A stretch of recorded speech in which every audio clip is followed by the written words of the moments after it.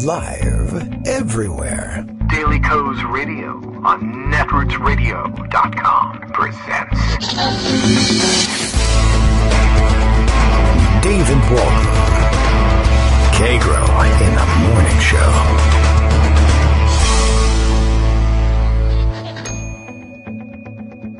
Now, here's David Waldman. Hey, good morning, everybody. How you doing? It is Tuesday, March 12th, 2019. I pre-clicked this time, so I had it ready to go. Still working on getting everything back in shape here. And, hi, how you doing? Okay, it's Tuesday. We have one home sick from school today. You may or may not hear him during the course of the show. It's the younger one, so, he wakes up and comes down and rattles around if you let him sleep in because he's sick, whereas the older one would just sleep through until tomorrow's show, probably, and then sleep through that one, too. But, all right, one up and out, one in and sick. We'll see how things go, and that'll affect post-production. We'll have to run out of here as quickly as possible and scoot on over, I guess, to the urgent care and get a strep test so that I can tell you, let's see, well, I don't know. I guess I could text you or tweet you later on this afternoon about how I also now have strep and won't be on for the rest of the week. We'll see. Fingers crossed. I'm a big believer in the medicinal value of killing everything in your throat with hard liquor. And it is a little early in the morning for that, as it happens. But I always, that's my own superstition. You feel a tickle in the throat when the kids come home and tell you that their throat is sore. Strong whiskey will do the trick and prevent you from getting sick. I don't really think that's, I don't know. I mean, I guess I could have some basis in reality. Kills something down there. It certainly feels like it's killing something. Could be killing me. I'm not really sure whether there's any merit to it. But who knows? There's no merit to anything anymore. I've been disillusioned. Last night I fell for, I guess, what was originally Chinese propaganda. I guess. I don't know. Saw Twitter personality, the Horse Whisperer. No transitional segue pun intended there, but Horse, Horse Whisperer. Tweeting around what purported to be a new high-tech fireworks display, although for some reason it is said in the tweet that it's being displayed in Japan at Mount Fuji for some reason, although Mount Fuji is not visible in the video. It's dark, it's nighttime. You can't even see the shadow of a mountain and pretend that it's Mount Fuji, I don't think. But who knows? I saw it on a phone screen. Anyway, it was a really nice-looking fireworks display with incredible colors and shapes and very interesting, and made me think, as it did make her, Horse Whisperer, think, hey, if there are fireworks like this, how come we don't have them here for the 4th of July? We've had this sort of half-assed stuff compared to this, and where is our 3D awesome looking fireworks like this? And the answer is they're nowhere. They don't exist. Apparently, also circulated this morning, having seen my retweet of the Horse Whisperer's retweet of somebody else, blah, blah, blah. Turns out on Snopes.com that the whole thing is a hoax, although I guess the original commentary that went along with the video is that it was a Chinese fireworks display, which would make some sense. Of course, the Chinese having invented fireworks, maybe they invented the next generation of them as well. But that I guess it went out with some Chinese propaganda, like nothing like this has ever been equal. This has never been equal to anywhere in the West. The superiority of Chinese manufactured fireworks, and somehow that got replaced. I guess thankfully now it's not bragging on Chinese fireworks or denigrating the fireworks of the West. We did that ourselves with our own tweeting. It is instead a brag that the Japanese had come up with this stuff. And okay, well, whatever. Anyway, it's not real, and it leads me to the question of why anybody would feel the need to fake up fireworks at all. I guess it was made with a program that a fireworks simulator, which also, I guess, what do you need that for? If you need to simulate fireworks, it's probably because you miss having real ones on display, and so rather than display ones that would remind you of real ones, you can display ones that are fake and have nothing to do with real ones. I don't really know. I mean, maybe if you're in the pyrotechnics game and you are showing a concept, should we go ahead with trying to produce such a thing? That's a very niche product, wouldn't you think? A fireworks simulator?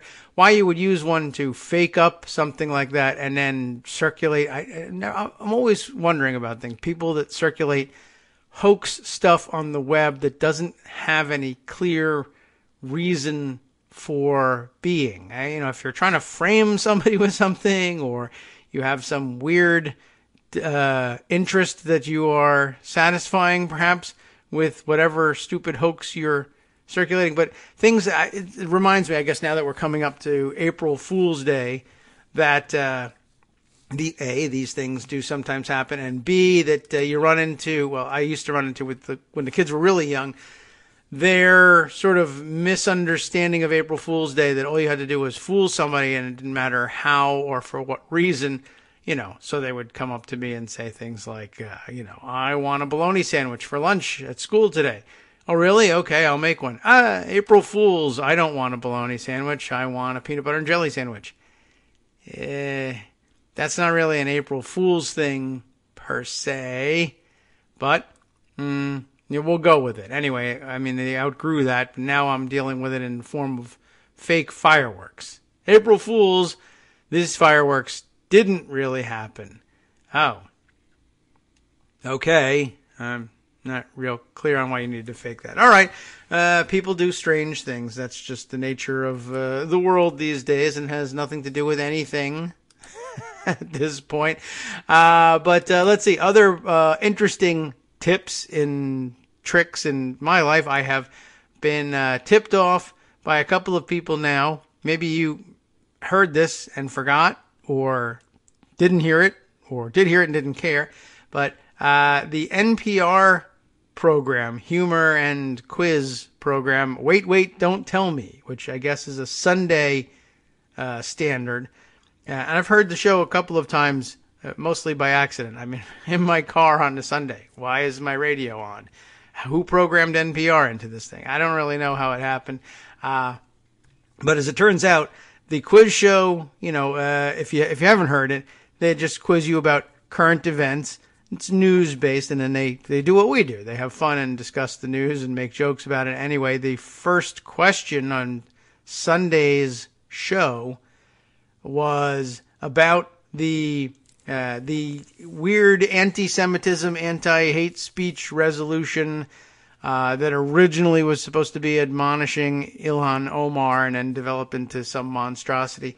And in order to introduce the subject about which they were questioning the person, they read one of my tweets about the subject, which wasn't even a particularly interesting or insightful one.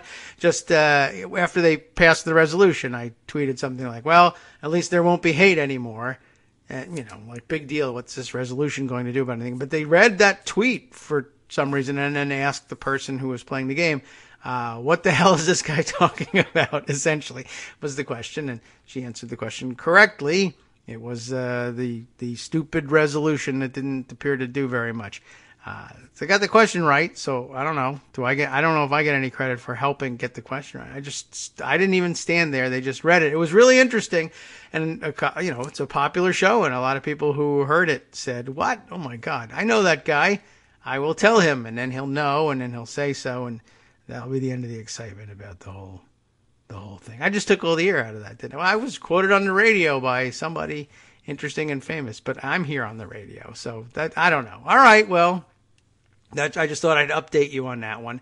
These are the things that go on in my life. Now we'll talk about the things that go on in all of our lives, if you don't mind. We'll move on to the news. Let's see, and I should check in just to be sure. I'm still without a working desktop copy of tweet deck, so it makes it difficult to check in on our dedicated hashtag line here. So I don't know. I'm just checking to see if anybody has piped up about something else that's extraordinarily important. But I think we're good. We're doing it. We're not falling behind on your comments. And we can move on to the news of the day. Lots left over in pocket. Kind of a quiet news day yesterday. There wasn't a great deal going on. And as I mentioned in the morning post over at Daily Kos today, not a great deal happening on the floor of either house either. It's Tuesday. It's the day that members they're still coming into town. A lot of people missed yesterday, even though there were some votes. Tuesday is when the real work week begins. Wednesday is when the important voting takes place. But just a reminder, the resolution of disapproval of Donald Trump's fake southern border emergency is still pending in the Senate. And we all have an eye on it and all have an eye on the procedure because we were told, and I'm still trying to dig this up. I feel like I had a more definitive guide to the procedure available to me a few days ago, and I'm unable to dig it up again. But my recollection is that they said that after passage in the House, that the Senate, of course, A, wouldn't be able to filibuster this resolution, B, had to take it under consideration on the floor within a certain number of days. And I have seen the number of days described in various ways, which leads me to believe that there is a complex and annoying formula for figuring out how many days you actually have in the National Emergencies Act, or as amended, because they had to amend this thing in 1985 after finding out that their preferred method of passing the resolution of disapproval was unconstitutional. They had to afford the president the opportunity to veto the thing. It's very stupid, but apparently if you do it by concurrent resolution, that is a legislative veto and therefore impermissible constitutionally. You have to actually give the president the opportunity to veto your resolution of disapproval, and if you want to disapprove of the resolution or of the emergency declaration anyway, you have to override the veto to do it, or else get a compliant president. Anyway, I have seen it described both as 14 days or 15 and 18 days, or approximately 18 days, as I've seen it, I think, in the New York Times, which leads me to guess that it's a, 14 or 15 day thing, perhaps excluding Sundays, or at least excluding both Saturday and Sunday. They typically exclude Sunday as a matter of tradition, originally because, of course, we had no established religion in this country, and so we just said, what the hell, let's base it all on Christianity and ignore all the other religions. So, because that's how we roll when it comes to originalism and the Constitution and the Establishment Clause. That's what we did back in the day, and so now we do it now because something good enough for the Founding Fathers, yada yada. Okay. Well, my guess is then that we would be up against the deadline probably on Friday or so. Plenty of voting time left to go this week, but there's nothing on the schedule in the Senate that indicates that they'll be working on it today. The Senate doesn't usually schedule very much more than a day or so in advance because it's such a volatile and weird place and everything can be blocked. But today they'll be working on more judicial nominations for terrible people, and after that, that leaves Wednesday and Thursday open for taking care of business if Mitch McConnell has resigned himself to losing the initial vote. I think he's still counting on being able to prevail for Trump in any override vote, although I guess that too is uncertain. Not certain that they can come up with the votes actually to override in the House either, so I don't know.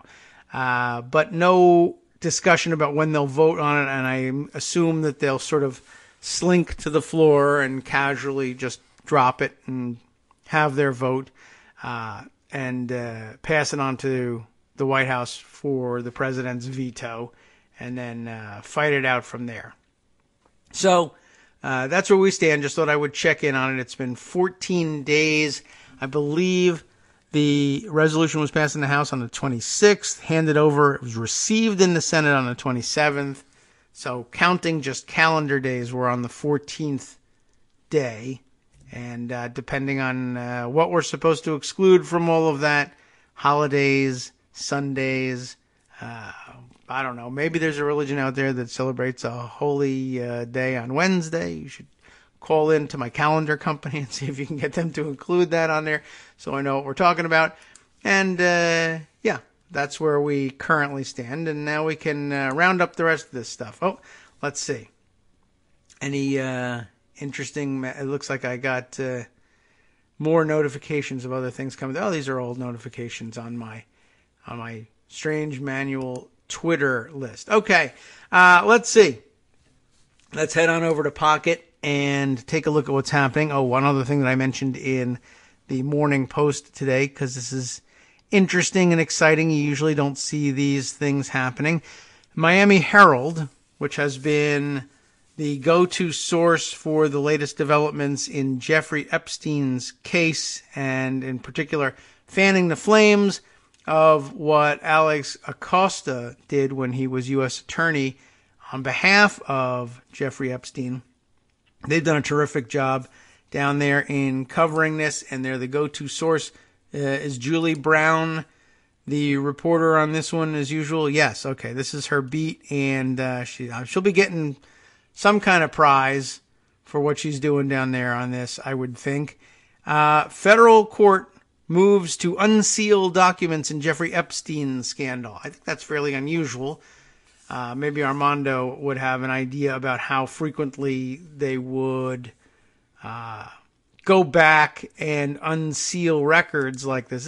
This case has been done with for a long time, but for the lawsuits of a couple of the victims, I mean, they've kept fanning the flames on this case, and with good reason. You can absolutely understand why they would feel so dissatisfied, to put it mildly, with the outcome of the case. And they were the ones who were able to push the courts to recognize that Acosta and the U.S. Attorney's Office really did violate the rights of the victims in this case by not only pushing through a very light sentence. Light sentences seem to be something of a topic of discussion in the news these days. Not only the light sentence, but failing to notify them of the content of the deal and to give them the opportunity to be heard in court about it. And so this whole thing is now being undone. Well, good news and a good outcome. If you screw people over like that, I don't think that you should be able to just kick it down the road or sweep it under the rug and claim, well, this is just old news and we should just let it lie. So, big accomplishment on behalf of the victims here. And now the push to unseal the records, which could really be something. Let me read you Julie Brown's discussion of it.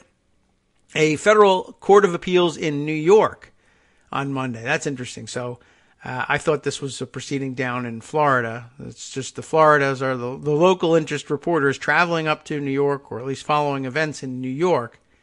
Federal appeals court in New York on Monday took the first step in unsealing documents that could reveal evidence of an international sex trafficking operation allegedly run by multimillionaire Jeffrey Epstein and his former partner, British socialite, not socialist, but socialite. We don't like them, I guess. Ghislaine Maxwell. Now, I'm somewhat interested in reading the articles that are linked here with respect to unsealed documents. But that's an older piece, and I guess we'll have a better update if we just stick with this new one. A 3-judge panel for the U.S. Court of Appeals for the Second Circuit, that's who would be up in New York, gave the parties until March 19th. So what are we talking about? A week from today. Until March 19th to establish good cause as to why they should remain sealed. In other words, the parties to the case who are interested in keeping them things quiet have a week to convince the Second Circuit Court of Appeals that they should not unseal this thing, and they have to come up with a good reason as to why. Okay, so good cause as to why they should remain sealed, and failing to do so, the summary judgment and supporting documents will be made public. Not every record of the case, that's an important distinction, but summary judgment and supporting documents will be made public. It could reveal a pretty interesting view of some important facts. It's clearly important to some of the victims in the case. They're continuing to push. The court reserved a ruling on the balance of the documents in the civil case, including discovery materials. That would be everything. We're grateful that the court ruled the summary judgment papers are open and they are moving to expedite having them unsealed, said Sanford Borer, the attorney representing the Miami Herald, which filed the motion. No wonder they're covering it so closely. It's their own lawsuit. Interesting. Which filed the motion last year to have the entire case file opened. The Herald's appeal is supported by 32 other media companies, including New York Times and Washington Post. The case, which was settled in 2017, contains more than 1,000 documents, lawyers said during oral arguments in New York on Wednesday. Maxwell is the sole party fighting to keep the case sealed. How interesting is that? So Jeffrey Epstein isn't even fighting to keep the case sealed, and nobody else who's implicated in the rumor mill anyway is fighting to keep the case closed either, and I guess that includes, Trump, Epstein, and what's his name? Dershowitz. Interesting. Most of the documents, including the court orders and motions, were filed under seal or heavily redacted, similar to other cases in New York and Florida involving Epstein, a wealthy, politically connected money manager.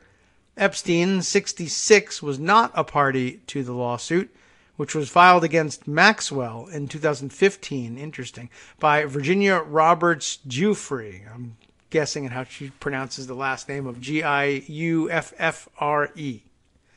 Giuffre claimed in the lawsuit that she was recruited by Maxwell at Mar-a-Lago. That's the key thing as far as I'm concerned. Yes, and it keeps it relevant to the up-to-the-minute news on the president and Massage-a-Lago. She was recruited by Maxwell at Mar-a-Lago. That's where she was working. Of course, they identify it as President Donald Trump's resort in Palm Beach when she was 16 years old. Giuffre had been working at the resort's spa. What?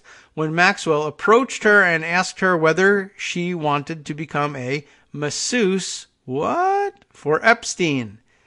Giuffre claimed that the massages were a ruse for Epstein and Maxwell to sexually abuse her and other underage girls, some of whom were trafficked to other influential people from 1999 to 2002. So just to be clear, what we're talking about here is that, yes, at the spa at Mar-a-Lago, they were recruiting underage girls to be sexually abused and trafficked to other influential people right there in the spa. Now, they weren't necessarily, it doesn't claim that this activity was going on in the spa, just that the recruitment was going on in the spa. But I just want to say, Mar-a-Lago, spas, underage girls, massages, President Donald Trump. That's all I'm saying. Why am I saying those words in that order? I don't know. You tell me. Maxwell settled the case before trial, resulting in several millions being paid to Giuffre, sources have told the Herald. Maxwell, now an environmentalist. That's an interesting switch. I used to be in sex trafficking.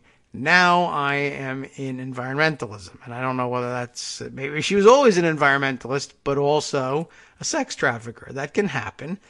Or, you could say, I'm leaving behind the life of sex trafficking, which made me deeply unpopular with most people, progressives included, but I would like to get back in their good graces, so maybe I could try environmentalism. I don't know how well that worked, but I have, my guess is she was recycling during the whole time that she was abusing Jufrey, and I don't know.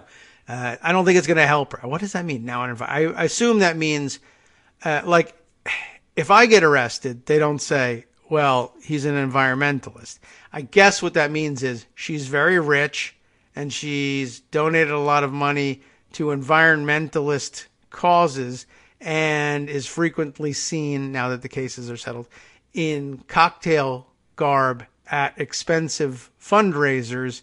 That's an environmentalist. You just recycle at home and you compost and you care about the environment. An environmentalist either works for like the Sierra Club, or what's the group that does the Green New Deal?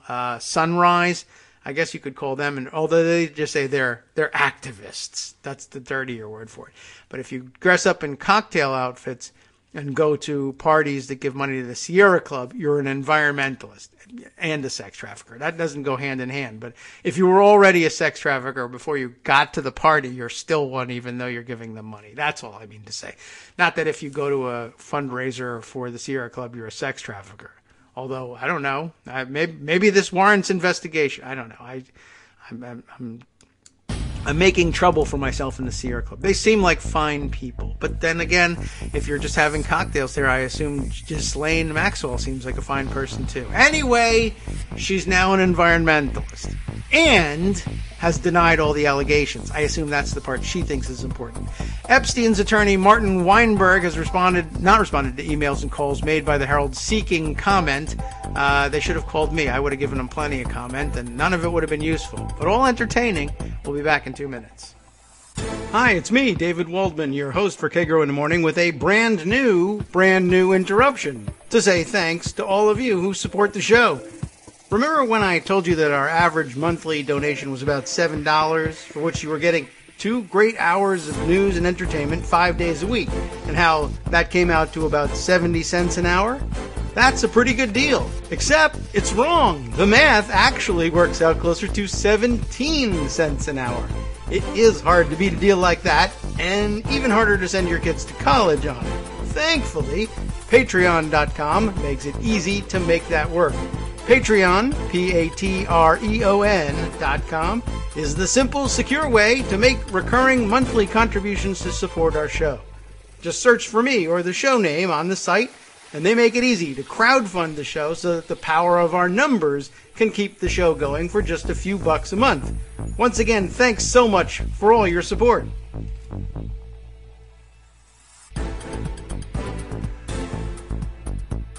Welcome back now to the Kagro in the Morning Show here on Netroots Radio. I will continue with the Epstein unsealing article just to see if we can get all the way through it. There's lots more happening, but not necessarily breaking news, but lots to get to and lots that people will want to discuss, I am sure.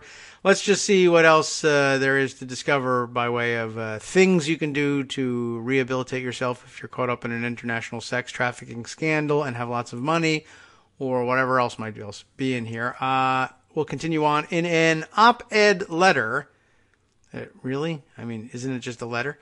In an op-ed letter to the New York Times last week, Weinberg, that is Epstein's attorney, and 3 of Epstein's other lawyers, so 4 Epstein lawyers, I don't know why it gets put that way, Weinberg and Ken Starr, who they note helpfully in the Miami Herald here, is known for his pursuit of President Bill Clinton over his sexual conduct, and also known for not pursuing anybody at Baylor over the same, denied that Epstein ever ran a sex trafficking operation. So there we have it. Ken Starr, sex operations expert, says there was no sex trafficking operation here, or at least Epstein wasn't involved in it. The number of young women involved in the investigation has been vastly exaggerated. There was no international sex trafficking operation, in scare quotes, and there never And there was never evidence that Mr. Epstein, quote, hosted sex parties, unquote, at his home, the lawyers wrote, which is lawyerese for he had them in hotel rooms, I guess. Attorneys for Harvard lawyer Alan Dershowitz and conservative social media blogger Michael Cernovich, how did he even get in this? Two other parties to the appeal, really, also argued to unseal the entire case file. How do you like that? Dershowitz's lawyer, yes, he has one, Andrew G. Celli Jr., C-E-L-L-I, maybe Celli, but it's Celli Jr., wanted the court to release 3 documents immediately, saying they were necessary to clear the name of his client, who has been accused of being involved in Epstein's crimes. I have heard that. Dershowitz was among a team of lawyers who represented Epstein when he came under criminal investigation in Palm Beach in 2005. Epstein was accused by more than 3 dozen girls, and that either was vastly exaggerated from there, or what is Ken Starr saying? If the accusations are from more than 3 dozen, he has to be saying either that 3 dozen isn't enough to really be a sex trafficking operation, or that he just doesn't believe any of the 3 dozen, or maybe only 1 dozen. The 2 other dozen, I don't believe, and that's the vast exaggeration. I don't know. Anyway, most of these girls were from age 13 to 16 at the time. The accusation is, of course, that he lured him to his mansion to give him massages that turned into sex acts. Sounds like a familiar story. Not only because of Kraft getting busted in the massage parlor, but because history, like hundreds of years of this garbage happening in various forms, thousands, I assume, of years of this happening in some form or another. And we're only talking about the latest iteration of it. Anyway, he then used those same girls to recruit more girls over a period of several years, courts and police records show. Giuffre says she was directed by Epstein to have sex with Dershowitz when she was underage. Dershowitz, a professor emeritus at Harvard University and constitutional law scholar, claims the case file contains documents that will prove that she is lying. All right. I mean, it's a bold statement, and I guess it's what you'd want out of Dershowitz, right? He says, no, this is all made up. She says, no, I'm serious. This really happened. You would want to see Dershowitz saying, well, yeah, okay, unseal the case files. I mean, I have nothing to hide. I really didn't do this, so go for it. And on the other hand, the flip side of it is, I guess, he could be saying, well, I know there's documents in there that I can use to paint her as a liar, not necessarily prove that this didn't happen, but things there might be things under seal in here that I can use to say, she put herself in this position, or she consented. It doesn't really help with statutory rape, of course, but it nonetheless helps in public opinion sometimes, in old school lawyering, to smear the victim. So it could be just that he's after. But you'd think he'd be a little cagier in approaching it. So I don't know. It does seem like, why would you get yourself involved in this? But then again, you might ask the same thing of a wealthy, successful hedge fund manager with everything to lose if his reputation is destroyed. And he still was doing it. So, all right. In 2008, Epstein received a controversial plea deal. We heard about this one, that gave him and an untold number of others who were not named immunity from federal prosecution. The non-prosecution agreement, brokered by former Miami U.S. Attorney Alexander Acosta, is now the focus of a Justice Department investigation.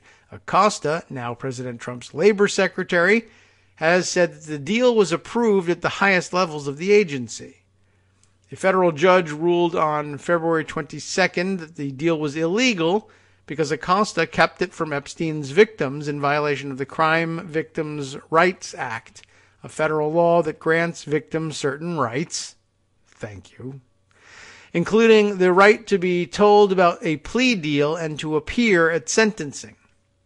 A Miami Herald investigation, Perversion of Justice was the title, showed that Acosta and other prosecutors deliberately kept Epstein's victims in the dark so they could not appear at his sentencing and possibly derail the deal.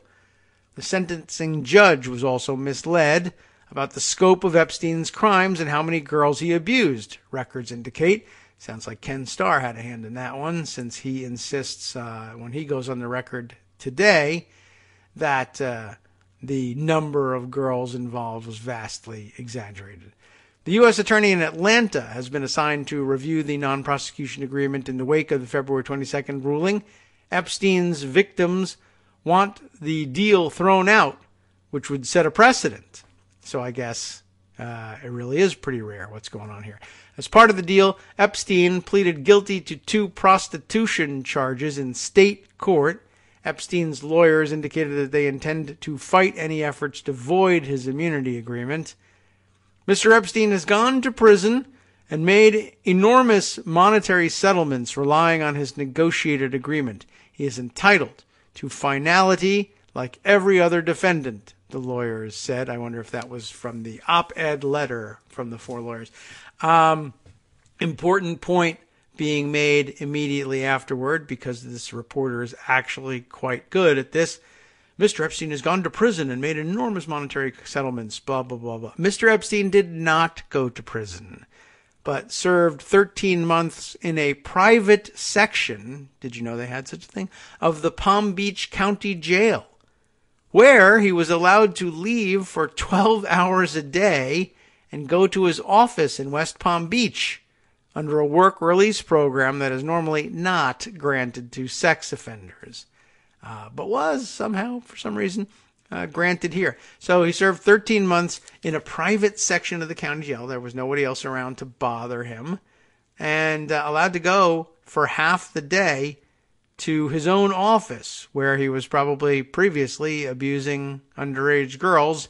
And who knows what he was doing, because it's a private office and you can't look in here, for 12 hours a day. That's half the day. So 13 months, let's see.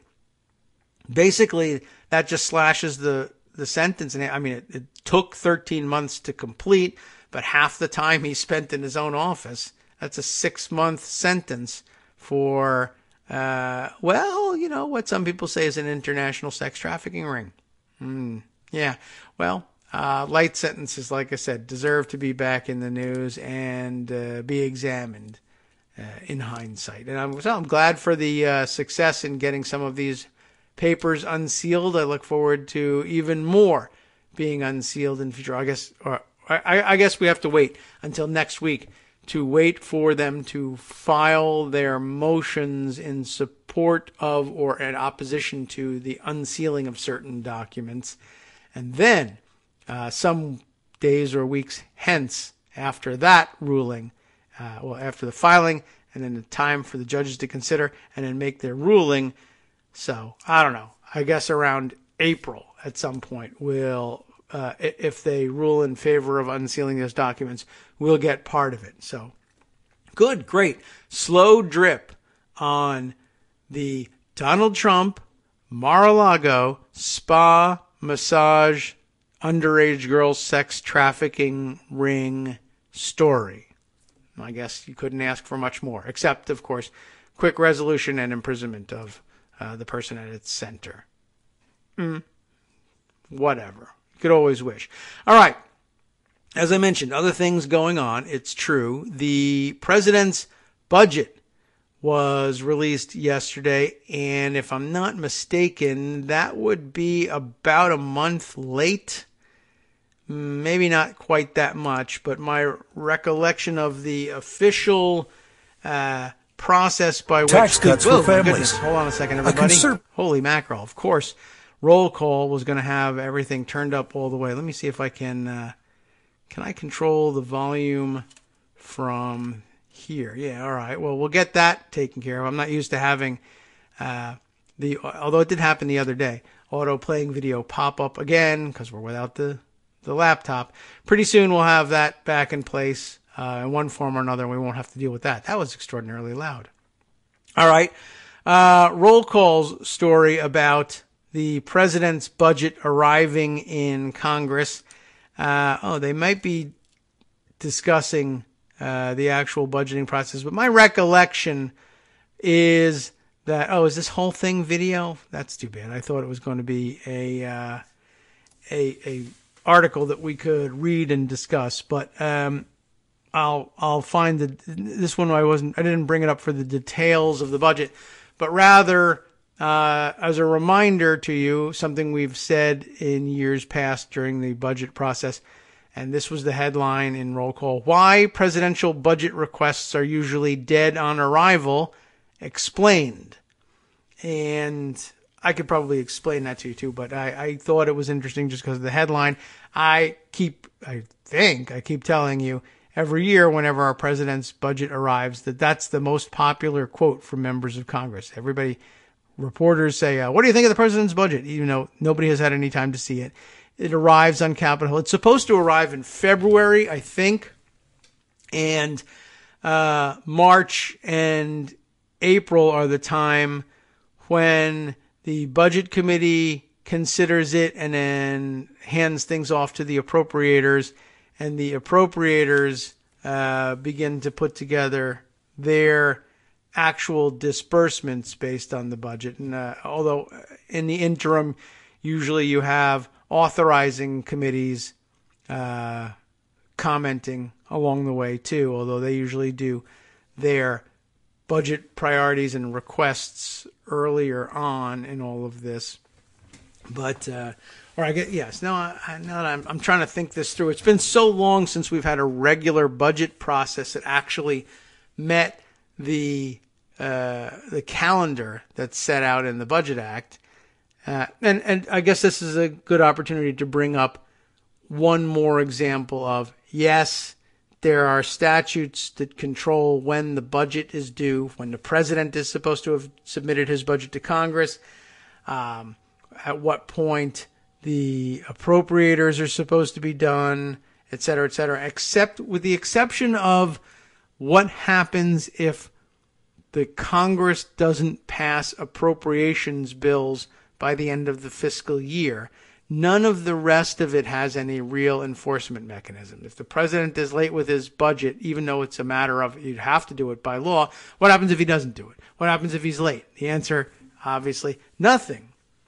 Because when we wrote the Budget Act, we didn't say, well, if the president is late with his budget, you get to punch him in the face or he goes to jail or anything like that, because no president would be late with their budget, because who wants to be seen doing something as scandalous as disobeying budgeting law? Right. So there's lots of deadlines that are built in that everybody kind of ignores, but tries to come in around. A March budget for President Trump is not too far off the mark. But like I said, usually it arrives in February, and then the exercise is the reporters go to congressional offices and say, what do you think of the president's budget? The real answer is it is a very large document. It's a big, fat paperback book of about, 1,000 pages, and there's no way that anybody has read it. What you get is a one-page executive summary with bullet points about the highlights about the budget. And it's not even 1,000 pages like of dense text where you just read, the name of every single project being discussed or the president would like to see funded. It's a numbers document. And it's in the broadest possible strokes, and there's, generalized policy preferences expressed through the numbers and in the charts, and say the president would like to see an X% increase in the Department of Justice budget for the Office of Police Programs or whatever the hell else might be in there, and recommendations and nothing more than that. And the president's budget is dead on arrival because the president's budget is not binding in any way, shape, or form. These are the president's normally they are the president's preferences for spending priorities and arguments in favor of those spending priorities. I say in normal times because, of course, hardly anyone believes that the this president has any clue whatsoever what's in these budgets. And it's harder to say whether he approves of these things once he finds out what they are. But I guess the big headline of the day regarding the budget was that it contains some, well, I don't even remember the number is offhand, and I'll bet that if I turn to Daily Kos, they've got those numbers and had them yesterday. But huge proposed cuts to all sorts of programs, including the safety net programs that the Trump promised as a candidate and bragged as a candidate that he would not be cutting, like, Medicare, Medicaid kinds of things. I won't be cutting Medicare. The Democrats are the ones that cut Medicare, and I will save Medicare and also repeal Obamacare and make awesome health care, beautiful health care everyone will really love. It's going to be great. You remember how the story was sold. And, so the real result, of course, is here comes the budget, and it's got like $85 billion in cuts to Medicare. And best take I saw on it go by in a tweet at some point was that, the president will when he's asked, how do you reconcile your budget with your campaign rhetoric saying you weren't going to touch Medicare and now your budget cuts $85 billion. He doesn't know what's in the budget, so he'll just say, no, it doesn't. I didn't cut $85 billion. I didn't cut anything from Medicare. And they'll say, it says right here in the document. And he'll say, document schmocument. I mean, these things are subject to change. It's a negotiating position. There's no doubt that he views the budget as a negotiating tactic. And, I think there should be some cuts, not $85 billion, but you start by asking for $85 billion and then you negotiate from there. He usually relies on that kind of lie. Plenty of other things that are terrible in the budget. And as a matter of fact, Laura Clausen's story about it is up now on the front page at Daily Kos. Why don't we take a look? Donald Trump's own budget shows him lying. And farmers get the shaft again, which is not at all unusual for this president, or really it's most presidents probably have similar problems when it comes to farmers. But okay, remember, of course, he was going to change everything. That's the really interesting part. Okay, Donald Trump, as Laura writes, says he loves farmers, but when he put out his budget proposal, that love looks a little different. We love our farmers, he's tweeted. But when it's budget time, it turns out Trump wants to slash the Agriculture Department budget by 15%, even as farmers suffer from his trade wars. And farmers aren't the only place Trump's budget and his claimed values clash. Anytime he claims values, that's a clash altogether. In his State of the Union address, Trump claimed that, quote, my budget will ask Democrats and Republicans to make the needed commitment to eliminate the HIV epidemic in the United States within 10 years. You would need money to do that, of course, but in his actual budget, Laura points out, the president's emergency plan for AIDS relief, or PEPFAR, remember that acronym from when presidents actually tried to do something about AIDS. PEPFAR comes in for a 22% cut. And at the same time, the Trump administration is sending second lady, I've always objected to that term, Karen Pence overseas to support athletes at the Special Olympics. Trump's budget yanks $17.6 million of financial support for the Special Olympics. Go figure. Even though in government budgets are statements of values rather than real spending bills, Donald Trump couldn't make his budgetary statement of values match up with what he says he values the rest of the time. And that's the end of the article, and I'm sure it's really just because he doesn't care what happens about anything. And, he'll just lie his way through whatever happens All right, let's see. I'll take a look at the linked article from the piece. Oh, look at this. Because I'm working off of the Mac Mini, this New York Times thinks this is my last free article, and I guess I'm going to have to use the break to log in so that I can see some more things now that I have a subscription. But Armando wants me to cancel it. All right. The New York Times article from which Laura drew here, Trump lauded farmers' Medicare and AIDS program, and then he unsheathed the budget knife. Oh, and look at this. The president's budget actually is considerably thinner than most I have seen in the past. I guess that's not surprising. He's just thinner on substance. Good for you, though, being thinner. That's the first time I've ever said Trump and thinner. So, excellent. Let's see. What have we got here? There's the Times starts off with the Special Olympics story, which is very reminiscent of the movie Dave, I think, in a way that, you send the, you do a publicity stunt for a particular cause and then cut it in the budget the next day. Let's see. The Trump administration's annual budget proposal on Monday envisioned a series of cuts that contrasted with the president's own words of support for both programs and people, including some groups that make up his political base. To help make way for more military and border spending, it would slash programs large and small, from Medicaid and Medicare, both, which President Trump as a candidate promised to protect, to safety nets for farmers. Democrats, who control the House, immediately announced the budget proposal dead on arrival, but that happens even when Democrats send their budgets. And many of its ideas stand little chance of passing Congress, but it lays down a marker that could help chart the political course ahead, albeit a course that sometimes seems at odds with Mr. Trump's own pronouncements. Here are a few of the more visible contradictions.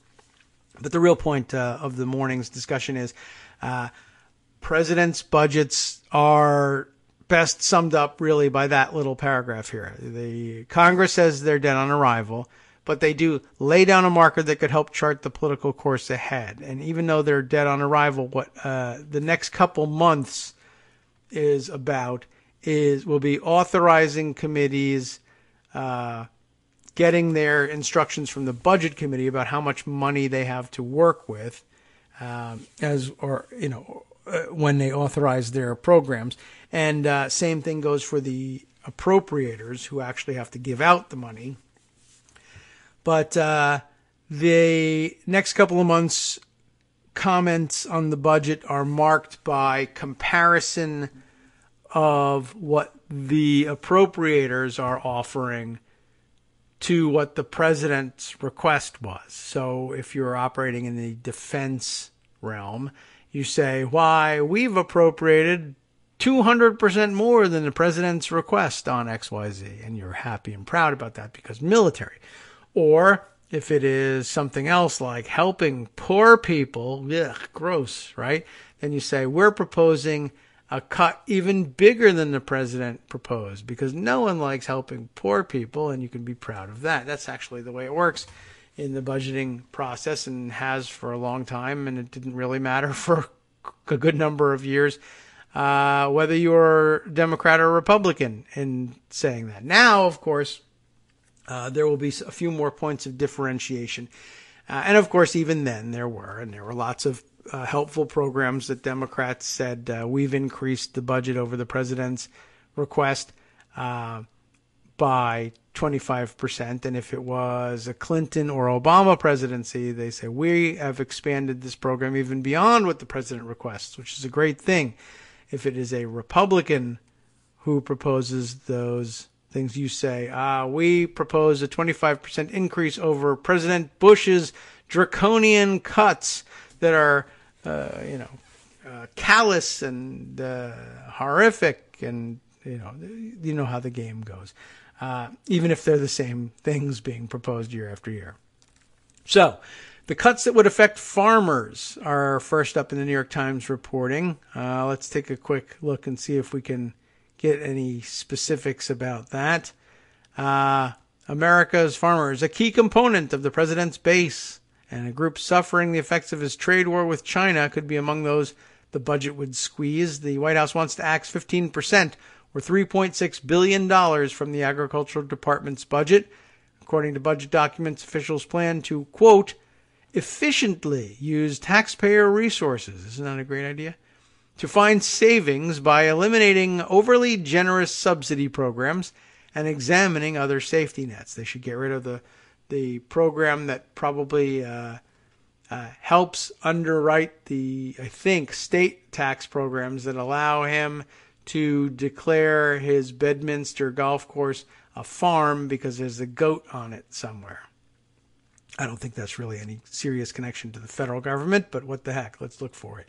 But yeah, good generalized thought there. Well, we'll cut $3.6 billion out of the Agriculture Department's budget. How? What are you going to eliminate? What program are you going to cut? We'll get rid of, waste, fraud, and abuse. Good trick. Never heard of that one before. Reactions to cost-saving measures have predictably fallen along Washington's deep party lines. Representative K. Michael Conaway of Texas, the top Republican on the House Agriculture Committee, said socialist-leaning Democrats were a bigger threat to farmers than a conservative budget proposal because socialism. I fully expect the president to be on board to keep our promise to farmers and ranchers in rural America made under the 5-year farm bill, he said in a statement, which doesn't sound anything like socialism. The 5-year farm bill. Okay. But the top Democrat on the Senate Agriculture Committee, Senator Debbie Stabenow of Michigan, who battled with the White House over its approach to carrying out last winter's sweeping farm bill, saw a different proposal. Can you believe that they saw things differently? All right, a little bit behind on the music here. Let's see how they thought it. The steep cuts to the USDA would jeopardize the department's ability to implement the farm bill at a time when farmers are struggling with economic instability and trade uncertainty, she said in a statement. That was a hell of a statement. All right, well, standard stuff at this point. Let's see. There's the cuts to AIDS programs are highlighted here, and we'll see if there's anything else of interest in the next break. Coming right up.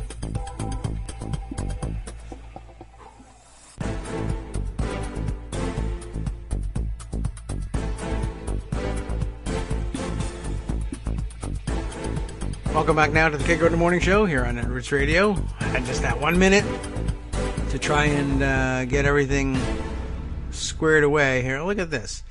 What's happening? How come I have 6 free articles remaining now? I just thought I just logged in and it tells me I have 6 free articles. Okay.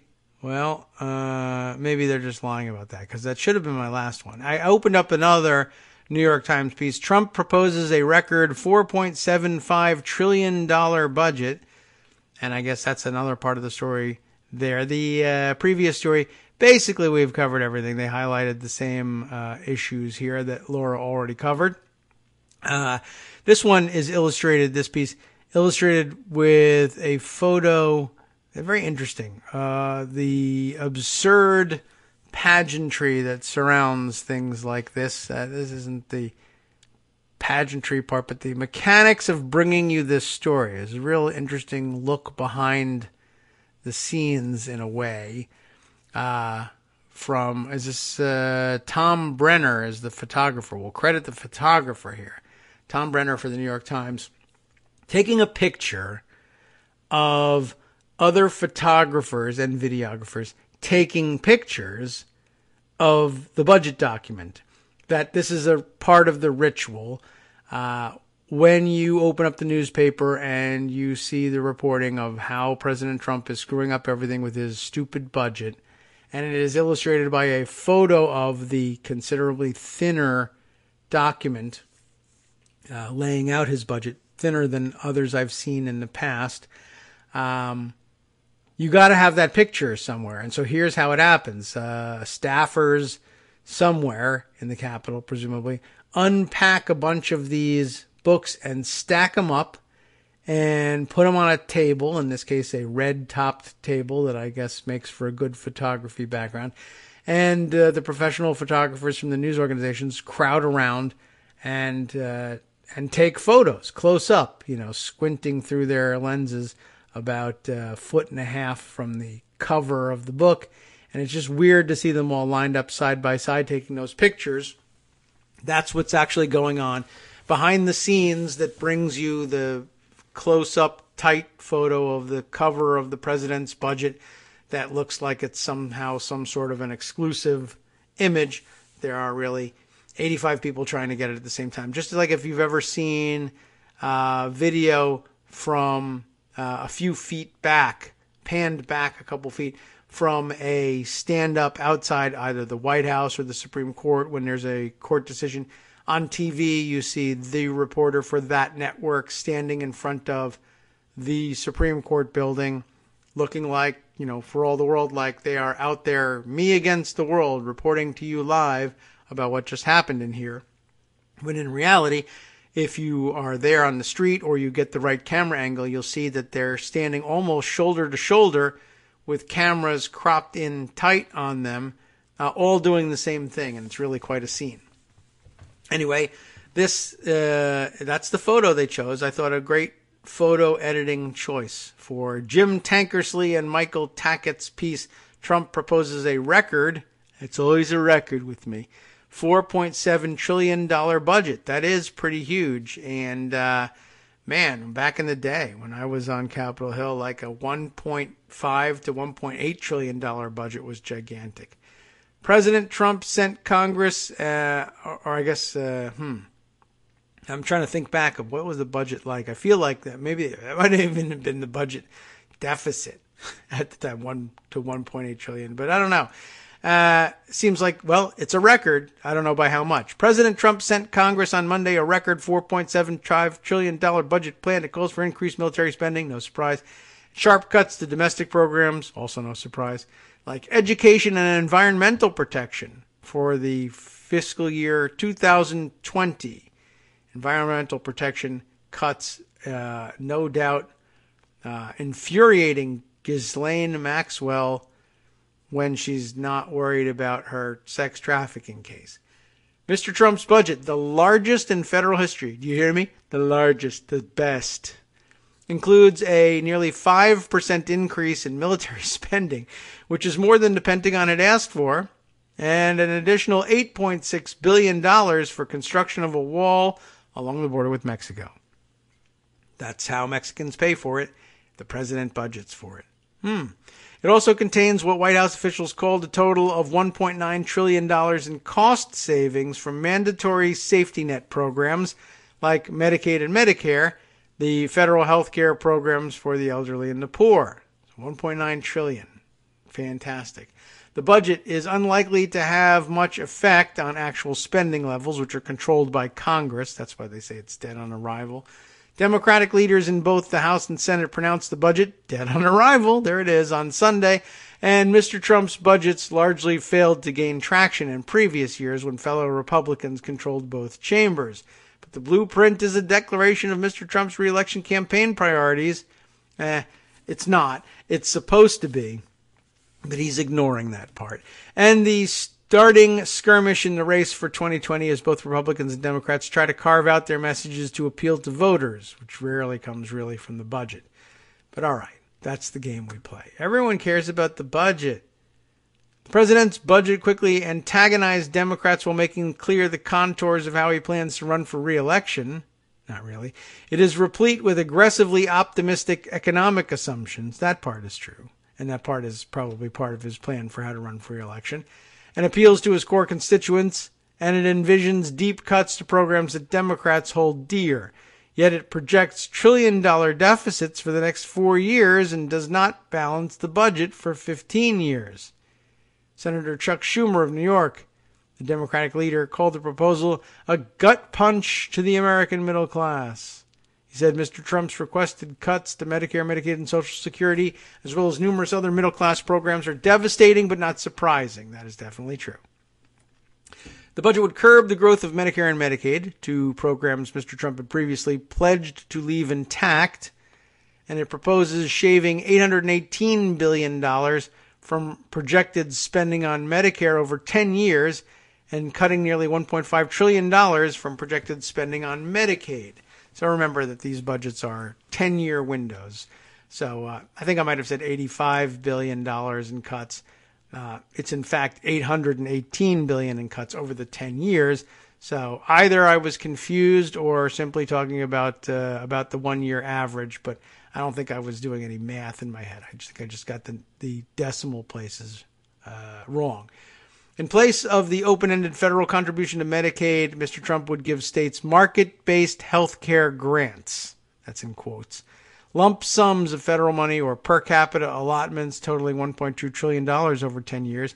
Congress rejected this idea in 2017 when Republicans proposed it because it would essentially cap Medicaid payments at a fixed level and would not keep pace with rising health care costs. So anyway, now you get some sense of the kinds of things that a president's budget, because it's not binding even on Congress, and Congress's budget isn't even binding on them either, really, the kind of games you can play. I need to save money. I need to say I've cut $1 trillion out of something. Just do it. And how will you save that money? Waste, fraud, and abuse, or totally restructuring the program such that it can be block granted and capped. Yeah, but it's not block granted and capped. I know, but it should be. Well, it takes a lot of effort. It's going to be nearly impossible to get this Congress to agree to that, to block granting it and capping it. Yeah, but they really should do it. That's how you can do your budget as a president. They just assume legislation happens because that's the way you want it. And so in that sense, it's perfect for Donald Trump. That's, how he proposes to treat just about everything. Let's see. We have, there's more, and probably provide for some good discussion points. Let's move on from there, though, and we'll give the budget a couple of days to die and be redeveloped and keep you up to speed on the process from that point going forward. And instead, we'll skip to some of the other New York Times coverage that you likely saw and decided you would prefer be discussed. For instance, the comments from Speaker Pelosi yesterday. I have a New York Times report on that one, but I think maybe if I roll back to Twitter and take a look in yesterday's tweets, there will be at least once, and maybe only once, the retweeting of the article that started it all off. And if I can find it, I will see. I'm looking for the one with the photo of Nancy Pelosi along with it. This was the eye-catching photo and the eye-catching headline that got everybody to click on the clickbait stuff, essentially, from yesterday. It's not quite as evident to me as I thought it might be. And I'm not certain why that's the case. Maybe I'm looking in the wrong. Maybe there we are. Here, I finally found it. The picture isn't displayed because I was responding to somebody else's tweet. And okay. And by the way, yes, it was Hunter who I retweeted yesterday saying the odds that Trump, or that I mentioned today, the odds that Trump knows anything about the documents being presented as the, quote, Trump budget are minuscule. It was assuredly prepared by staff with zero Trump input, and Trump will say it doesn't break his campaign promises because he doesn't actually know what's in it. Not necessarily just because he's going to say, well, I'll just lie about it. It's just, I know, I'm not lying about it. I don't know what it is. I'm just saying what I want said. And if it doesn't agree with what's in the document, that's not my fault. I didn't read it. I don't know what's in it. Anyway, it was the Caitlin Collins, who is a White House reporter for CNN. Caitlin Collins's tweet that I guess got everything started off. She was including, though, the Washington Post magazine's interview with Nancy Pelosi, illustrated by the photo of her, during which she addressed numerous topics, the clickbaitiest of which was the statement everybody was passing around yesterday, the I'm not for impeachment, ellipses. Impeachment is so divisive to the country that unless there's something so compelling and overwhelmingly and bipartisan, I don't think we should go down that path because it divides the country, and he's just not worth it. That was the quote as represented in Caitlin Collins' tweet. I didn't have much to say about it, except to say, well, in response to, well, if there's something overwhelming and compelling, then maybe we should go down that path. So just a warning, don't anybody go out walking on Fifth Avenue. You're like taking your life in your hands at that point. He's going to shoot you.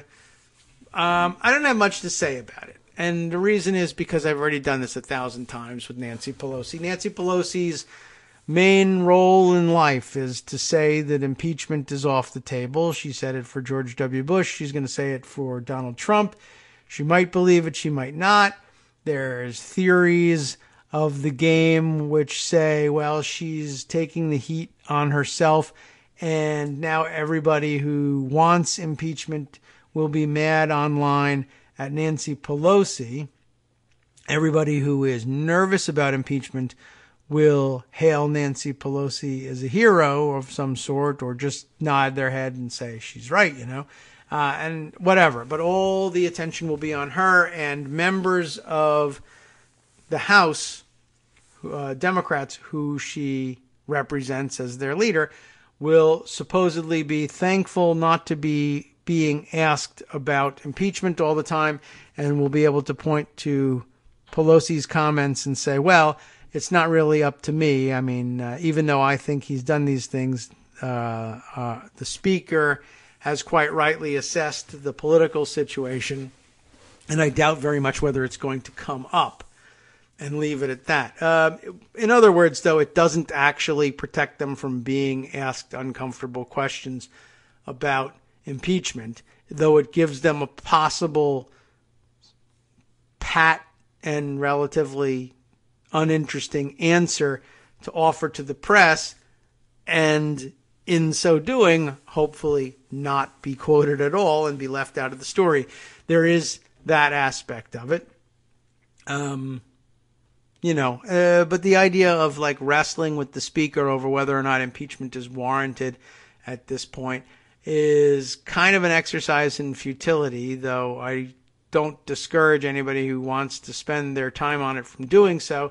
I just didn't feel like doing it yesterday. I didn't feel like any of the people who needed convincing on the subject were ready to listen yet, or that certainly that a blogger's opinion on Twitter was going to do it. But I like I said, that doesn't mean I'm discouraging you from doing so. The more they see people pushing back, the more they'll realize how popular the idea actually is, and not just necessarily among the Democratic base. That whether or not our numbers are great enough to create any change in the approach, I have, not much confidence that is actually going to happen, because it would really need to be, overwhelmingly, like 90% of the Twitter population would have to be talking about impeachment in a favorable light for them to change their approach now. It wasn't very surprising, and like I said, I've been through it with Nancy Pelosi before, and I'm never certain on this subject how much of it she believes and how much of it she's taking on as part of her role as speaker. So Joe Helm, I guess, is the byliner on this Washington Post piece, which is headlined all about impeachment, but as I understand it, is a much more wide-ranging discussion of any number of topics, and they just chose to go with the impeachment one because, well, the fact is that lots of people are actually interested in that, and so there's a bad start for the look away or it's off the table approach. And she didn't use exactly the same terminology. She could have gone with the set play from the George W. Bush years and simply say, oh, no, it's off the table. But instead she said, I mean, for a speaker's comment about impeachment, she gave it her all, but didn't close the door on it entirely, but gave it sort of the meaningless dismissal of he's not worth it, which I think probably, there's a good possibility that as soon as she said it, she thought, well, it's not really going to fly either. But I didn't really think I was going to say anything that was going to convince people to drop the subject.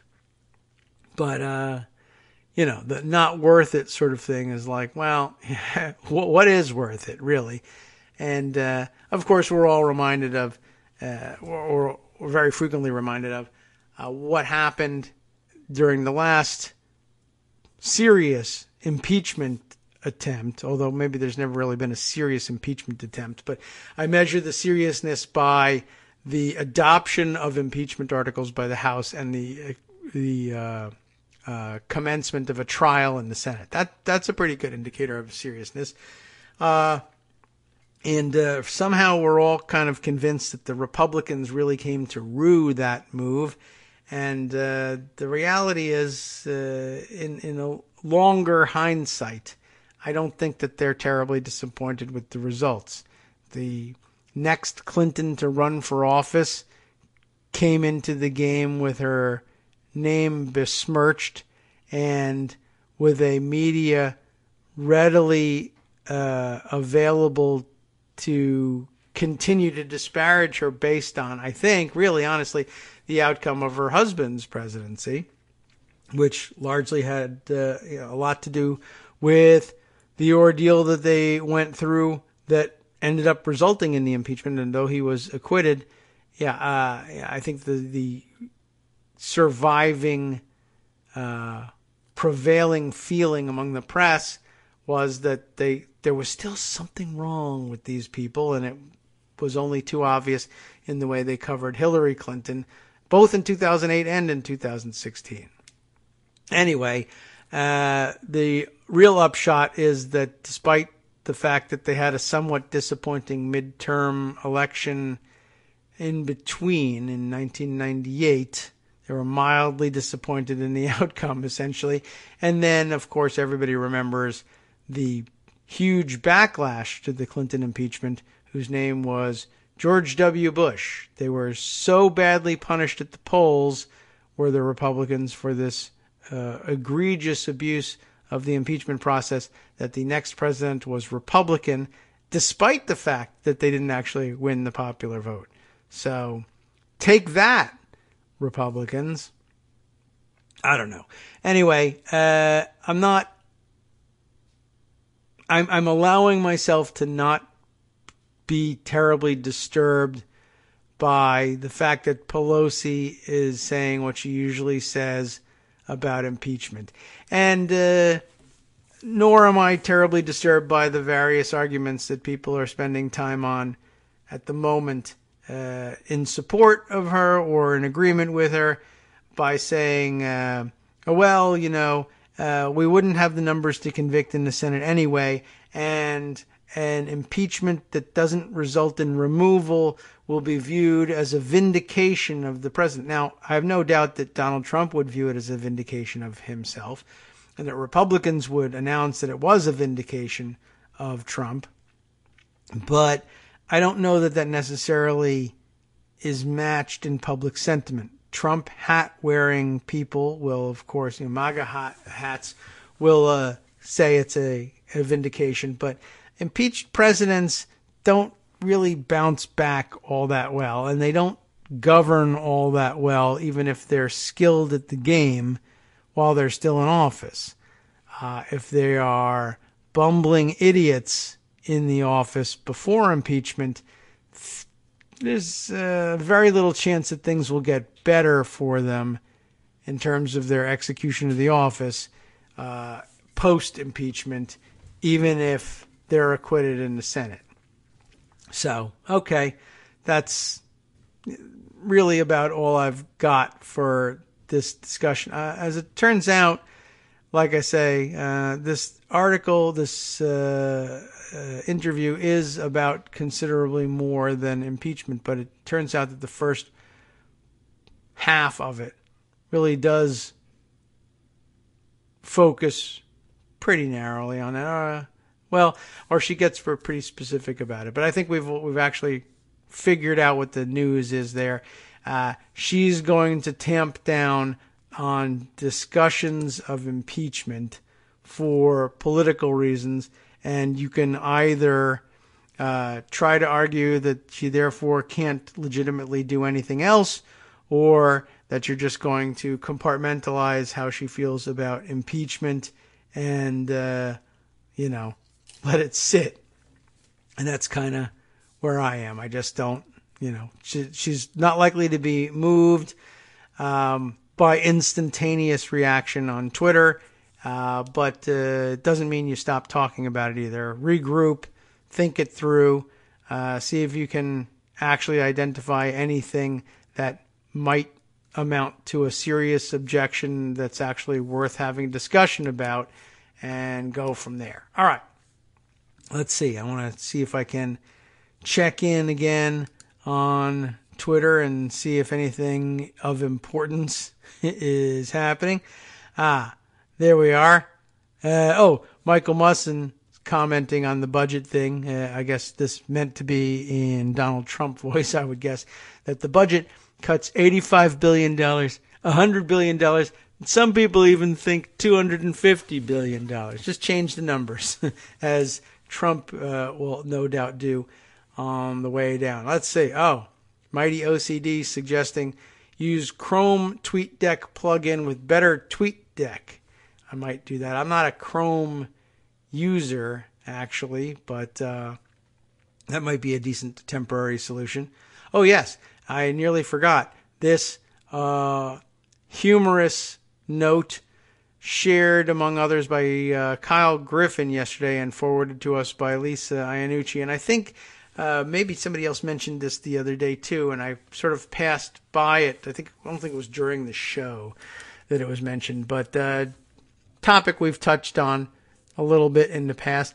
Golf Magazine is reporting that Trump has a plaque at his West Palm Beach golf club stating that he won the club's annual golf championship last year, but he never actually played in that tournament, which is kind of Kim Jong-un, or rather Kim Jong-il-ish, right? Was it Kim Jong-il about whom they said he had 12 holes in one in his first golf outing, and came in, with a score of, 20 or something like that. Rather remarkable. Let me see the golf.com write-up of it, because it was kind of curious the way they put it. Michael Bamberger writing for Golf Magazine here. President Trump won a 2018... Oh, there we are again. I guess I really can't kill the volume on this thing. Is that really the case? I can turn down the speaker volume, but... Wow, that's super annoying. Surely there's some setting somewhere that I can deal with, and I probably did it in the past and forgot about it because I never had to deal with it again. All right, President Trump won a 2018 golf championship without actually playing in it.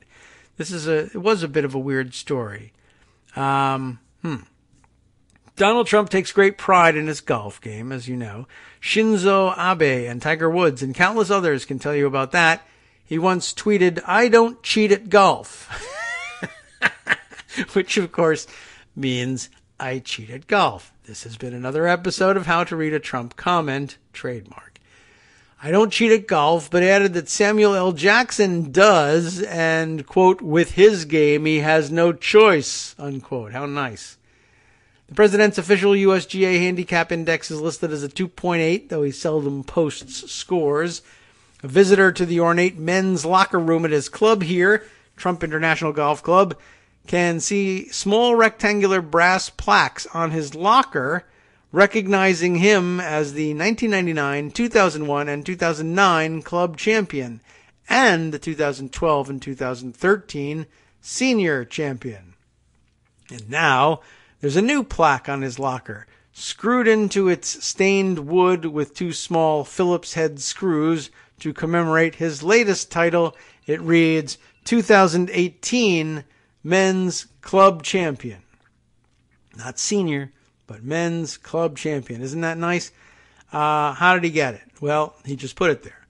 Yes, Trump was president of the United States for all of 2018. Yes, Trump turned 72 last year, which would be an impressive age to win even a senior club championship.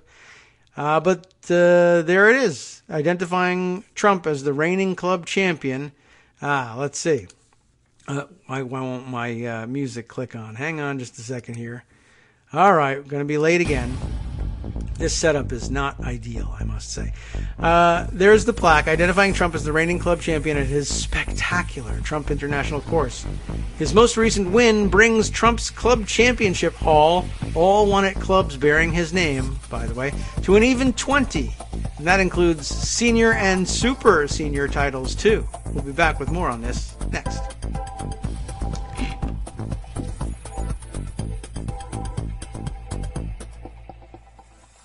Hi everybody, it's me, David. Let's change things up from the old fundraising pitch for just a minute and talk instead about how you can be a part of our show. If you've got a smartphone or any other electronic recording device, why not sit down and record a segment for us? Read us an important article and give us your take. Read one of your own original essays, or even just give us your commentary on something you'd like to share that's important to you. Then send the file to me at kagrox@gmail.com and I'll try and work it into the show. Short segments, a few minutes in length, are easiest to fit in. And of course, I can't always guarantee that I'll be able to play everything, but if you've ever shouted at your radio or TV about something you wish was being covered, here's your chance to change that. Make the show your own. Send your submissions to me at kagrox@gmail.com.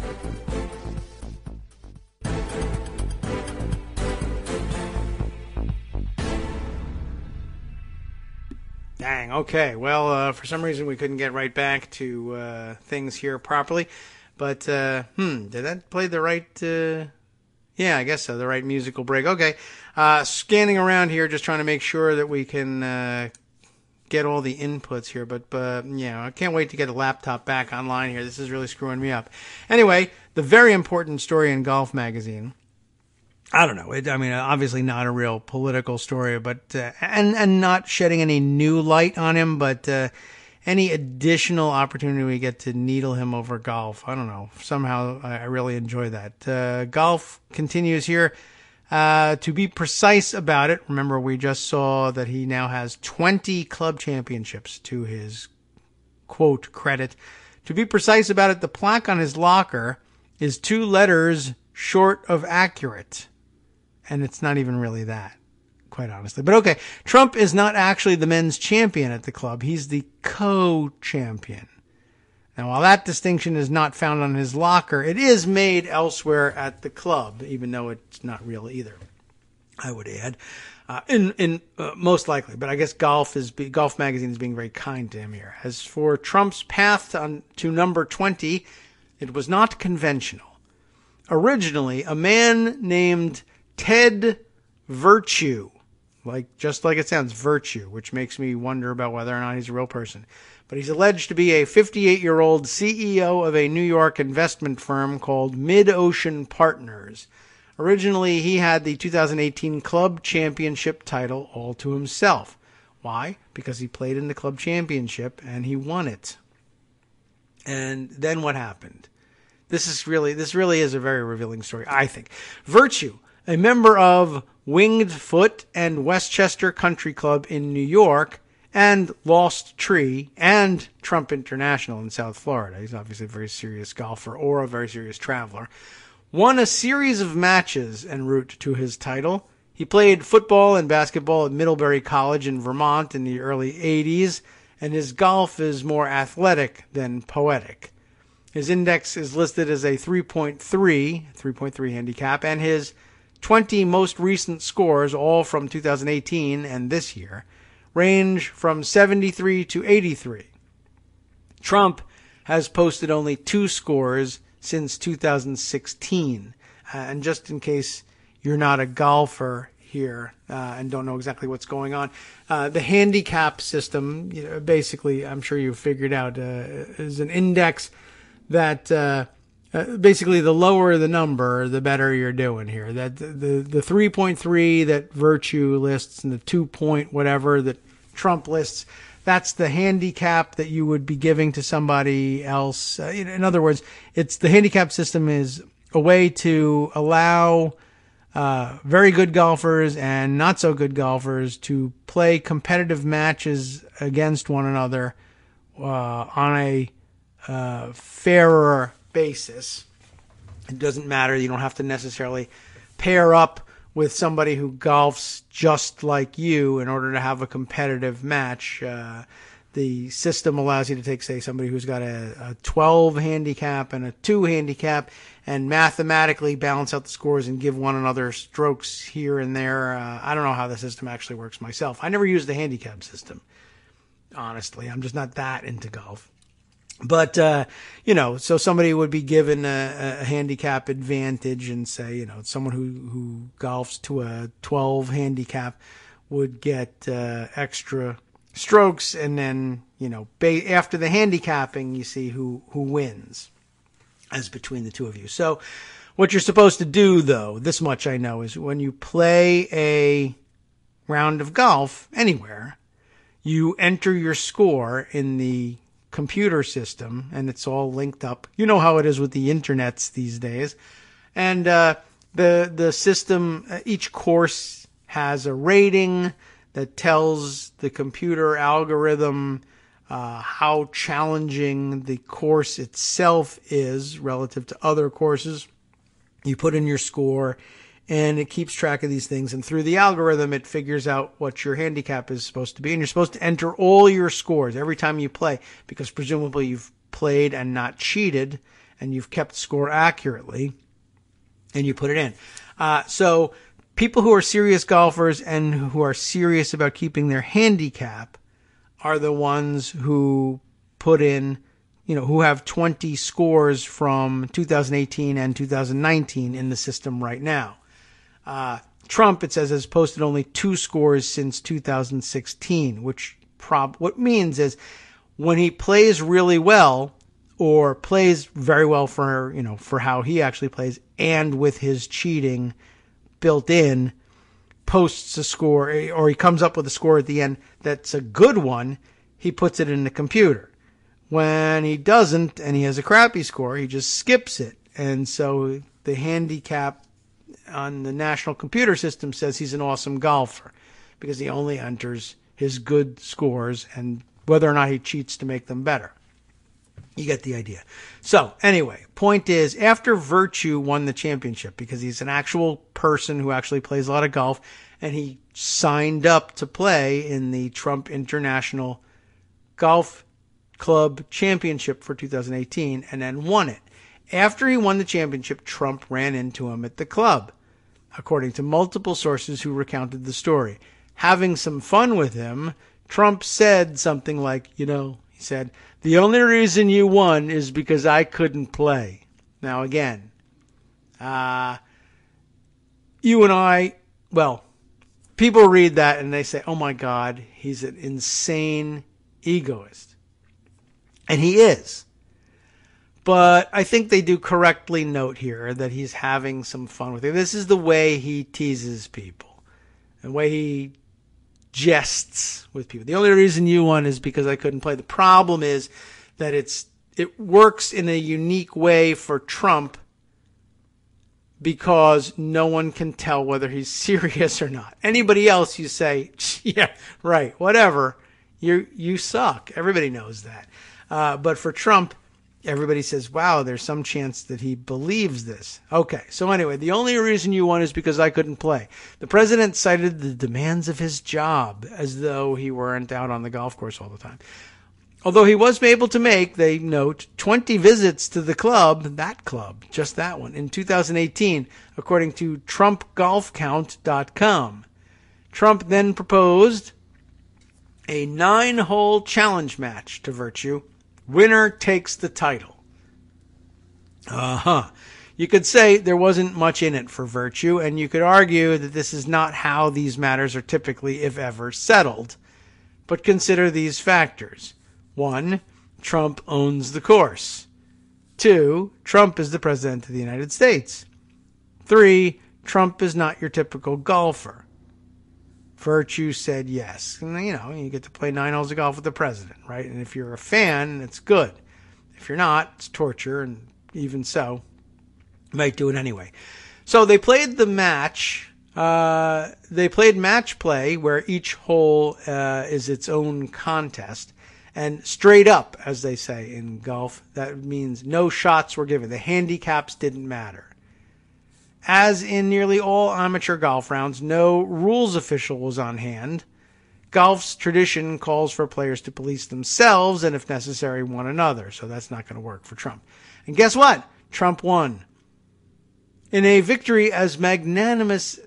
I'm sorry. I don't know why I screwed up that sentence. In victory, a magnanimous Trump said to Virtue something like, "This isn't fair. We'll be co-champions." I mean, it's not fair on a number of levels. One, a golf match is 18 holes, not 9. But okay, they agreed to 9. And 2, he's a cheater. And 3, he owns the club. And 4, you missed the championship. You're not, you don't, like, at the end of the Super Bowl, wait a minute, hold on a second. The Patriots won the Super Bowl. We have a better team. I'll tell you what, I'll play you one half of a game because we're all tired and we don't have a lot of time. Winner takes all. To which they say, kiss my ass, I'm the champion. But apparently you can't do that to Trump at his own club, and he's the president, and blah, blah, blah. And probably also Virtue thought, I'll kill him. And maybe he even did, but agreed to say you won. So there you go. The crowning of co-champions in golf is rare, but it does happen at every level. In the 1949 Motor City Open, for instance, Lloyd Mangrum and Carrie Middlecoff each shot 273 for 72 holes and then matched scores for 11 straight sudden death playoff holes, playing through sunset. They were finally declared co-champions. So there you go, 1949 and now. That is how Trump and Virtue are reportedly listed on a large club championship plaque on a clubhouse wall as co-champions. That would mean Trump's name is now on that plaque 4 times, or 5 if you include the appearance of his surname on the gold crest at its top. Several club employees said they were not allowed to discuss club matters. Can't help you though. And Eric Trump, who runs the Trump golf course empire for his father, did not respond to messages. Neither did Virtue. Regardless of the outcome of that short match, 2018 was a good year for Virtue. A movie he helped get made, Green Book, was released. That'll help his cause. I mean, it was a big deal. It won the Academy Award and all that, but okay, now all of you are really mad. Virtue, tall and tanned, was standing on the stage when the movie's director, Peter Farrelly, hoisted the bronze statuette at the Dolby Theater in Hollywood. Is he circled in this? I can't really tell. I don't know which one he is. So it was a big year, right? Virtue's co-champion, who has a star on the Hollywood Walk of Fame, was otherwise occupied that night as the host of the governor's ball at the White House. There was no immediate word on the president's plans, if any, to defend the championship he co-owns. So, wow, very interesting. Also, the piece is illustrated by that interesting photo of Trump with Tiger Woods and Jack Nicklaus from earlier this year. I think we commented on the show because I was so impressed with the way Nicklaus plays in shorts and sneaker-style golf shoes, just like any good retiree. And I have never really seen him dressed that way for golf, and I guess he differentiates between golf for business and golf for pleasure, and I thought that was kind of nice and interesting. But as I recall, it gave me something else to think about here. And now I have to go back to Twitter and see if I can find it. But I think, maybe I need to search our KITM hashtag. Oh, and I see I've got some more story suggestions in here now as well.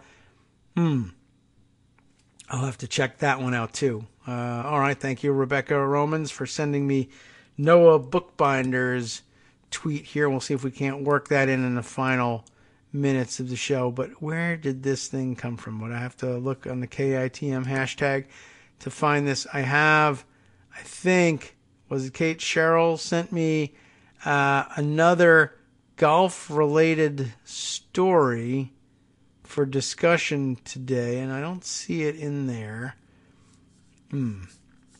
So maybe it was just in my general replies. But as I understand it, the story was that Jack Nicklaus, who we just mentioned, had, there it is. Oh, no, I'm sorry. That's the other golf story. Okay. Had used his time with Trump to lobby for a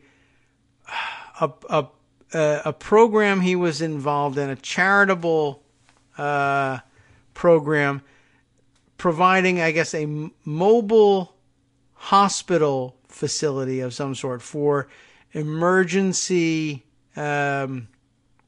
treatment, although this one was dedicated to emergency treatment of children, which is not at all out of keeping with Jack Nicklaus and the charities with which he's involved. And for some reason, I guess children's hospitals are a big deal for very famous golfers. Arnold Palmer very famously spent a lot of time raising money for children's hospitals, and I think there is I actually came to be familiar with it through the gun fail, the gun fail stories. Kids in Florida were constantly being sent to the Arnold Palmer Hospital for Children when they accidentally shot themselves. That's how I came to know that he was spending so much time raising money for them. But somewhere in here, and I might have to just search it out through Google News or something, but Nicklaus spent his time with the president lobbying for an appropriation for federal support for this mobile hospital idea. Let's see. Can I come up with this story? Let's see. I might have to search some different terms.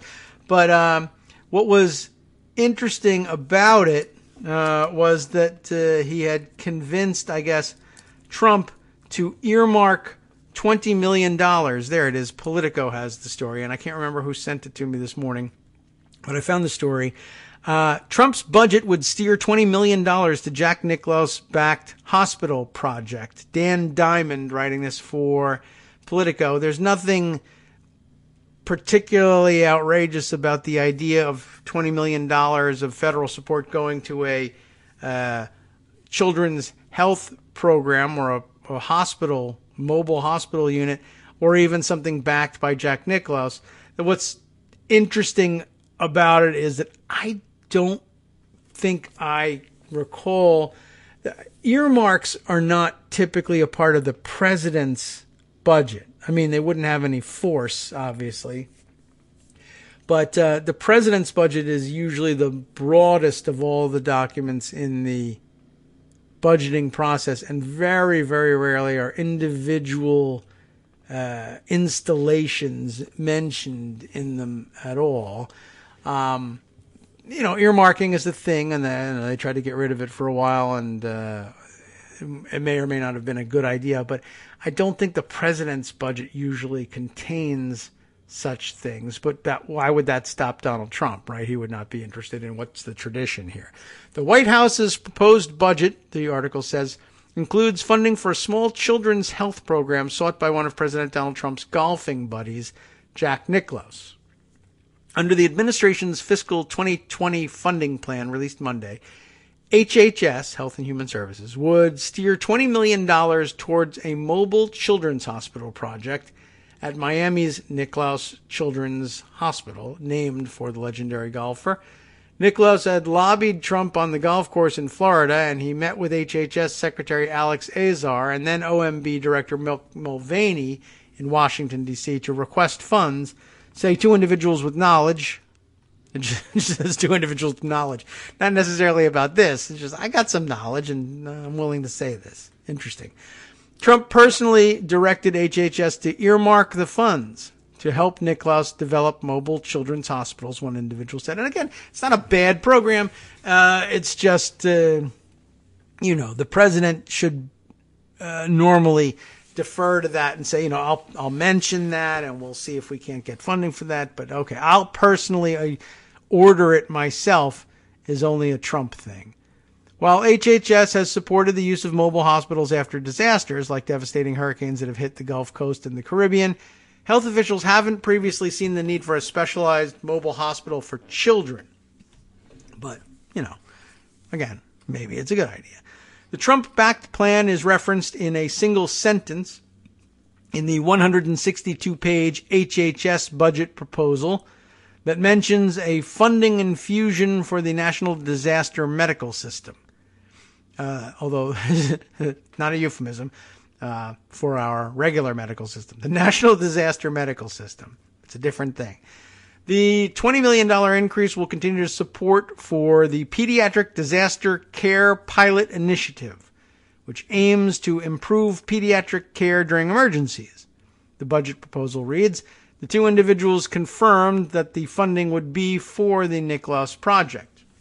An HHS spokesperson did not address Nicholas's involvement, but said the department will initiate two competitively awarded pediatric disaster care pilot projects that aim to improve care during emergencies by addressing planning and response capabilities that support the specific needs of children.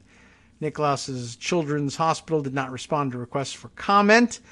That's the way they do these earmark things. Well, they'll be competitively awarded, but of course the parameters within which you compete are ones that essentially will assure that the money goes to this particular project. Maybe because it's the only one out there, or maybe it's one of two, and guess what? They both win, but they competed for it. Or maybe it's a lie that it's competitive. Who knows?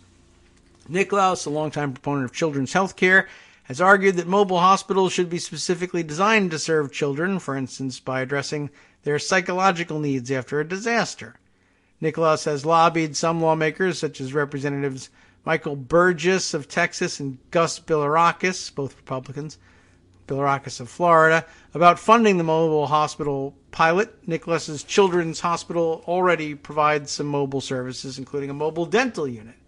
Trump and Nicholas have golfed together at least twice since November, including a round with Tiger Woods last month. So he made the most of his time with the president.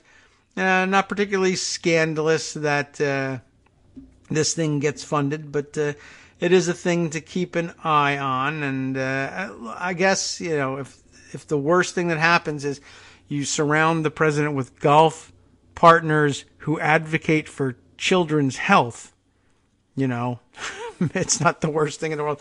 Maybe you get some money spent that way. It's sort of interesting, alongside the drain the swamp and get rid of the lobbyists and kill the earmarks kind of thing. But when it comes time to do favors for his friends, Trump loves nothing better. All right. The other story pointed to here, let's see. This is the one that we just saw in my Twitter feed from Rebecca here. Noah Bookbinder tweeting, he's from CREW, the Citizens for Responsibility and Ethics in Washington. Reportedly, Ivanka Trump and Jared Kushner, those two do-gooders, maneuvered to arrange themselves flights on government planes even when others had determined it inappropriate. Interesting. Another example of this administration wasting taxpayer funds for their own benefit. Being reported in the New York Times under the headline, by the way, I guess the more important of the headlines to Ivanka, "My dad's not a racist." Book describes Ivanka Trump's defense after Charlottesville.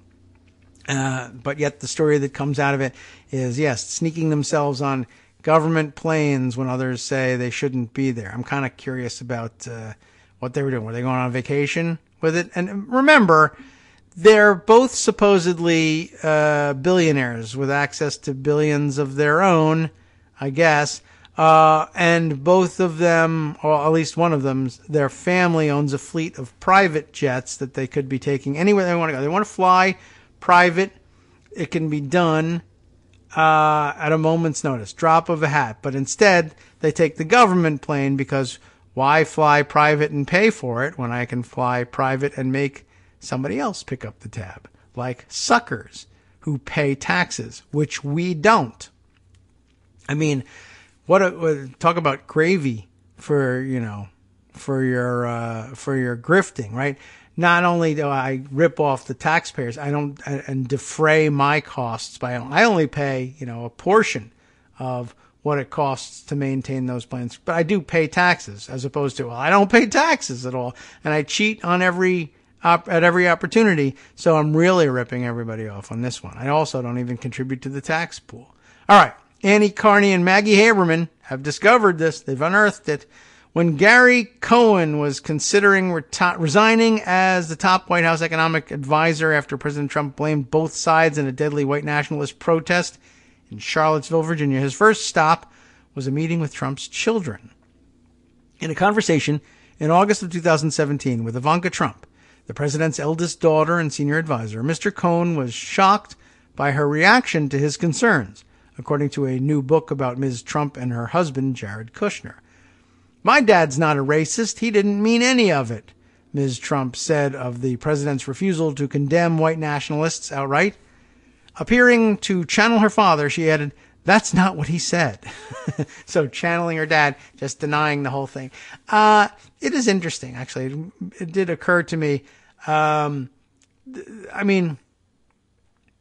think that there's a distinction to be made between avowed white nationalists who would say this was a good thing that happened in Charlottesville, and Trump. And I think that Trump is, old school racist in the sense of, he thinks he's the best thing going, and anybody who isn't him sucks. And if you also look different from him or look like somebody he would give side eye to if they were trying to get into his club, he's that sort of racist.